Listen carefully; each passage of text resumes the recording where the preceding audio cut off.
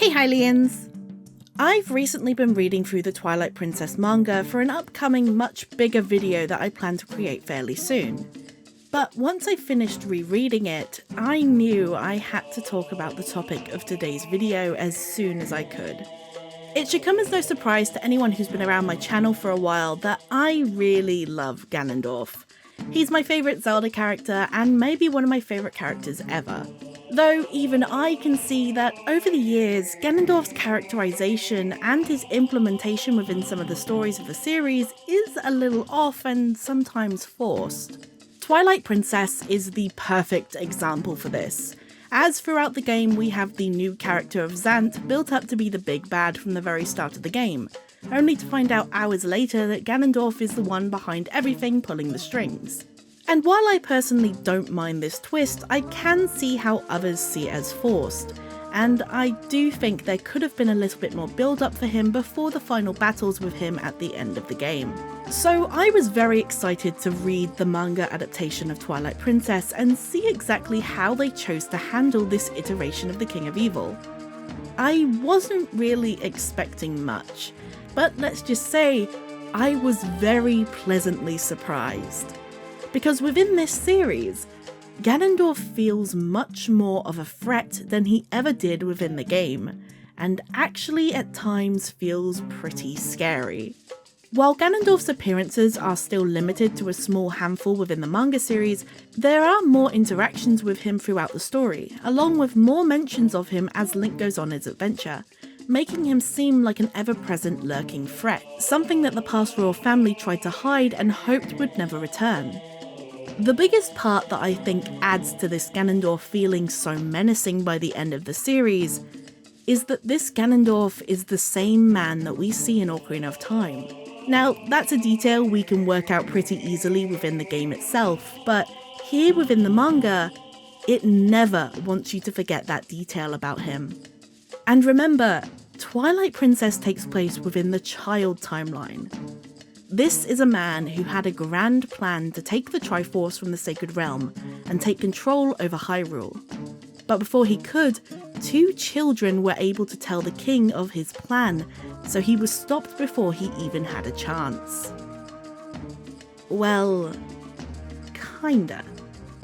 You see, there is a very interesting and cool moment completely new for this adaptation. A moment between Ganondorf and Zelda where the two simply talk calmly together over a cup of tea. And it's here that we learn that within Ocarina of Time, when Zelda sent Link back to his original time at the end of the game, Zelda somehow also kept her memories of the future that now didn't exist. And once Ganondorf was exiled and sent to the Twilight Realm, he became a spirit and slowly also remembered that non-existent future. This Ganondorf knows that his plan to kill the king, set fire to Hyrule Castle, obtain the Triforce and take control of the Kingdom of Hyrule would have worked, if only it wasn't for a couple of children with the sages on their side messing with time travel. And I really think that this adds another layer to Ganondorf, as now there is even more reason to hate the royal family and especially Link. In the future that never was, Link was able to stop Ganondorf and even kill him. And we see when Ganondorf talks about Link, he makes little comments insulting him, something that he doesn't do to Zelda or anyone else. The overall conversation between Ganondorf and Zelda stays pretty calm. But when talking about Link, it's like Ganondorf's calm and collective mask slightly slips, showing us a little of the sadistic glee he has over the thought of killing Link and getting revenge. Now yes, this is pretty common for Ganondorf, but something about the way it's portrayed here is different from how we see it within the games. Within the games, we know that Ganondorf is evil. We know that he's motivated by power, and we know that he hates Link and Zelda. But here his hatred for Link is the strongest I think we have ever seen. As I mentioned, he has a whole calm conversation with Zelda about the past, about how she helped in stopping him all that time ago. But as soon as he starts to talk about Link, that calmness quickly disappears. His hatred for Link is so strong that it bubbles up and breaks through the strong exterior that he puts on while talking to Zelda. Almost like he respects Zelda as a person in power, but Link, to him, is nothing more than a boy plucked from a sea of weak Hylians. And the fact that he is destined to kill him adds to Ganondorf's anger. After all, how could someone so weak and so normal kill him? I think it's important to note here that this Link, while having a connection to the hero of the past, doesn't seem to be as connected to his past as Zelda and Ganondorf are to theirs.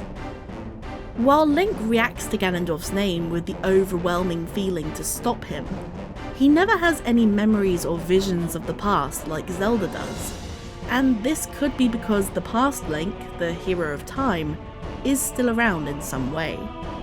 But because of this version of Link really knows nothing about Ganondorf apart from him being evil and wanting to take over Hyrule. Though there is something that I think adds to Link wanting to stop Ganondorf.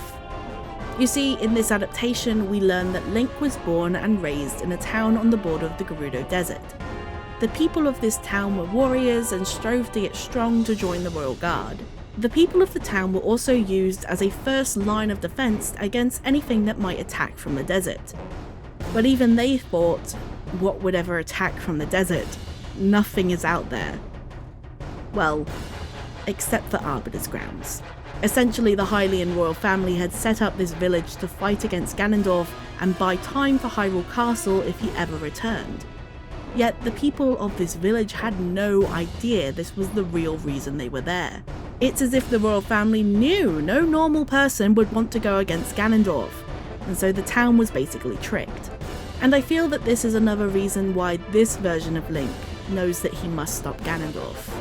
It's also something to me that adds more weight to Ganondorf's attack. And one of the first things that really made me realise how well his presence was being built up to be so menacing. These people were lined up to die if he returned, and the royal family couldn't tell them, as if they did, there would be no way any of them would want to stick around. There's a moment that a character realises this, and it's so quick, but it really stuck out to me. Ganondorf really is a monster to the people of Hyrule, something everyone wants to forget. There's something I've realised over time when it comes to the games, and that's if characters are not directly connected to the main story of a game, they can sometimes just live in this blissful limbo. The world around them is being destroyed and being taken over by monsters and darkness, but they live completely unaware or unfazed, even if there may be clear signs that something is wrong. We're often told that the normal people of the kingdom are in danger and fear the evils that attack, but we don't always get to see that's how they feel. In Volume 10, we get to see why the people of Hyrule fear Ganondorf. It's not just him himself, but it's his influence. At the start of this volume, Ganondorf is no longer holding back. He plans to take as many people down and cause as many problems to get in the way of Link before Link can make his way to Hyrule Castle. Ganondorf sends out a huge army to attack all of the villages of Hyrule, especially Castletown. This army of monsters is so large that it's depicted as a large black cloud quickly approaching. This sends the people of Hyrule into panic. Some fight back, some try to hide, and some completely give up, feeling that this is the end for Hyrule. There's true terror in these moments. We see characters that we know and love like Telma and Shard barricade themselves and others in Telma's bar trying to hide, while others like Russell and Ashe lead the attack on the monsters attacking Castletown with the backup of the Royal Guard. All the time, we still see how scared they are, with this onslaught of monsters that never seems to end. Showing the horror and the fear Ganondorf can create for the normal people of Hyrule goes a very long way. It's such a simple thing, but as it's something that we don't always get to see too much of, when we do, it really hits so much more. And while I was reading my way through this attack on Castletown, I was generally worried that characters that I love may get injured or even die. The attack on the normal people of Hyrule brings fear. We know Link could stop all these monsters, but we also know that he can't stick around. He has a mission, and the only way to truly stop the attack would be to kill Ganondorf. And so in this moment, Link and us, the reader, have to leave the people of Castletown to fight for their lives, and hope that they can hold out long enough for Link to complete his mission. Even now with this attack on Castletown, it's all building up to make Ganondorf more and more of a threat. And when Link reaches the top of Hyrule Castle, it's finally time for him and Ganondorf to come face to face. I've said it before, but Ganondorf really shows a sadistic glee when thinking about hurting Link. And it's here that we learn it's not just hurting him physically, but hurting him mentally. The fight against Puppet Zelda is such an amazing and memorable moment within Twilight Princess. And here in this adaptation, the encounter has been given a whole nother level of creepy. Here we see Ganondorf take control of Zelda's body, specifically because he knows that Link could never bring himself to hurt her.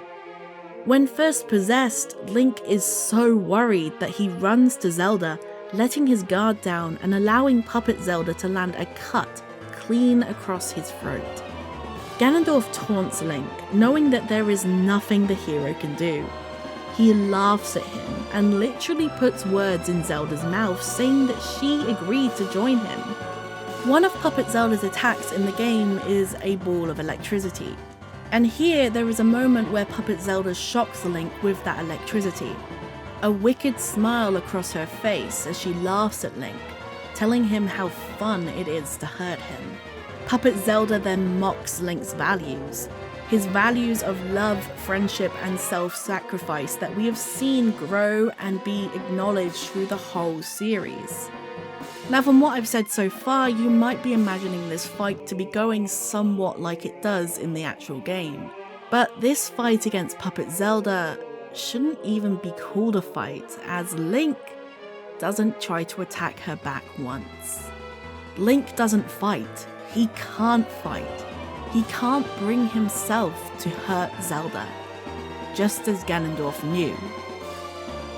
Link is completely battered around by Ganondorf's puppet, but even still, while Link is battered and bloody, and on the verge of defeat, Ganondorf says that this is still not enough to even balance out the hatred that he has for Link.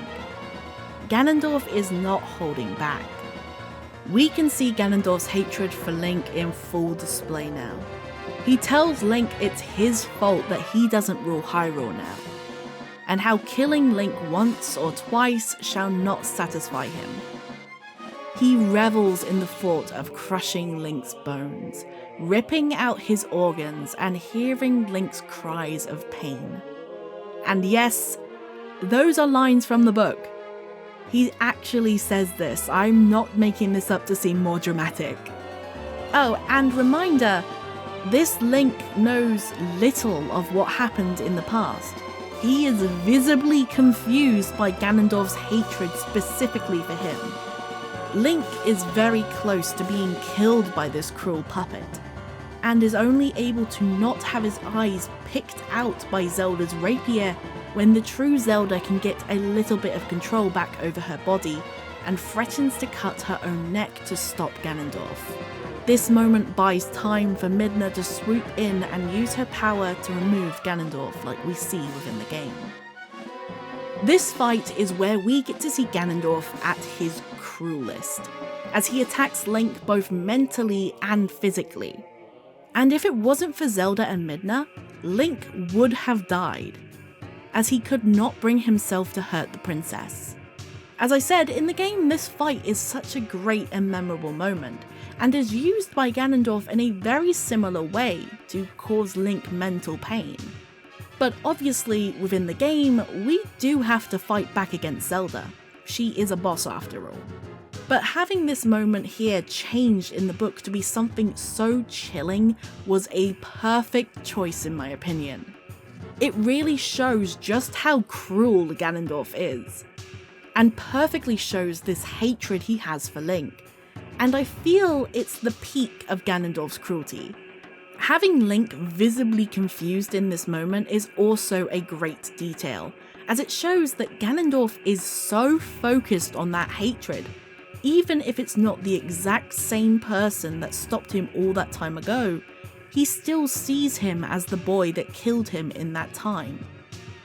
It really is a moment that shows just how deranged Ganondorf now is, and what he is willing to do as someone who is completely running off his thirst for hatred and power. The fight then moves on with Link and Ganondorf fighting within their beast forms, and I really like here that Link says if hate turns Ganondorf into a beast, then anger turns Link into one. The fight of beasts ends with Link ripping out Ganon's heart, but even still, we know that's not the end. After Midna teleports Link and Zelda away to safety, the two eventually fight Ganondorf on horseback, ending with Zelda hitting Ganondorf with an arrow of light. And we see Zelda is surprised that even the arrows of light still do little to affect Ganondorf. It feels like he's a wall that tanks everything that they throw at him. Link and Ganondorf get ready to fight one-on-one, and we see here that Ganondorf wants Link to hate him more. And so he somehow stoops to a new low, mocking Link and laughing about how he killed Midna right in Link's face.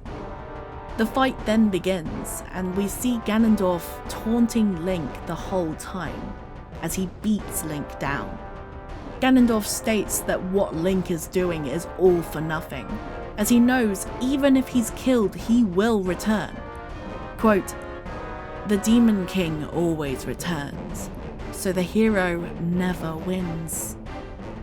One thing that we've been able to see within this manga series that can't really be done within the games is Link losing or struggling in battle. We saw it with Puppet Zelda, and we see it again here. Link is beaten and kicked by Ganondorf. You can see how much it's taking Link to even stand up at some points. And so having Link actually struggle in these moments again goes to make Ganondorf feel more of a threat. But having Link hold on through this and continue to fight only angers Ganondorf more, as he says no human can stop him. So seeing this boy refuse to back down despite all the pain that he's going through makes Ganondorf mad, and shows the cracks that form because of him focusing on all of that hatred. And eventually it's these cracks that let Link, who is near his limit, find the perfect moment to strike, ending the King of Evil. With his final breaths, Ganondorf still can't help but taunt Link and Zelda. He tells the two how no matter what, he will return. For as long as people crave power and humans infest the world, he will return. And he ends by saying how he eagerly awaits his next meeting with Zelda. It's then we see, as Zelda puts it, Ganondorf extinguish his own life force.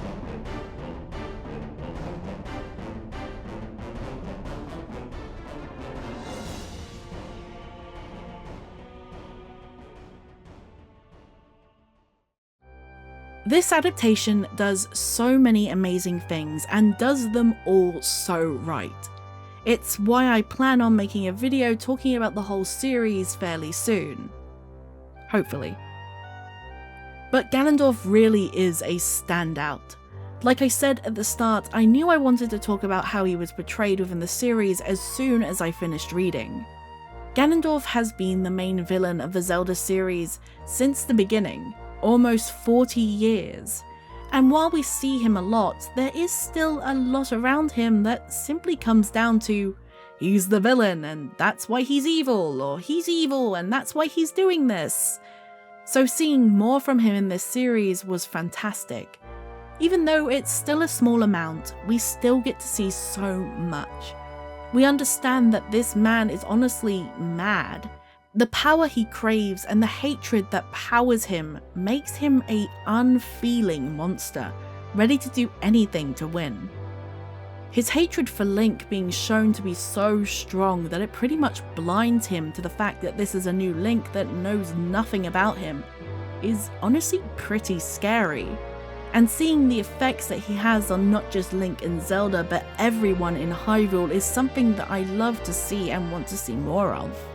It's all these things added together that make this version of Ganondorf truly terrifying and unnerving to watch. For a version of the character who originally didn't have much to do within his own game to be built up so much and so well throughout this story is truly incredible. And perhaps in 100 years, when Nintendo remake Twilight Princess, they'll add a little bit more of this stuff to the game to flesh him out a little more. I want to thank everyone who watched all the way to the end of today's video. I honestly found getting my thoughts written down for this really hard, and this script took me far longer to write than I thought.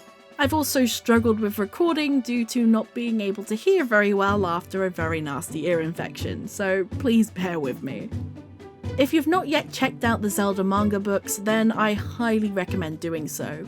They are all amazing, and like I said, I am slowly working on a new video for the whole Twilight Princess series, so reading them will get you all prepared for that. A lot of the other adaptations are also only a single volume, so they are very quick to get through, so I highly recommend checking out all of them. If you have anything to say about today's video, then please leave it down in the comments below, and while you're at it, don't forget to give the video a like, as it's the quickest and easiest way to show me that you are actually enjoying the content that I make.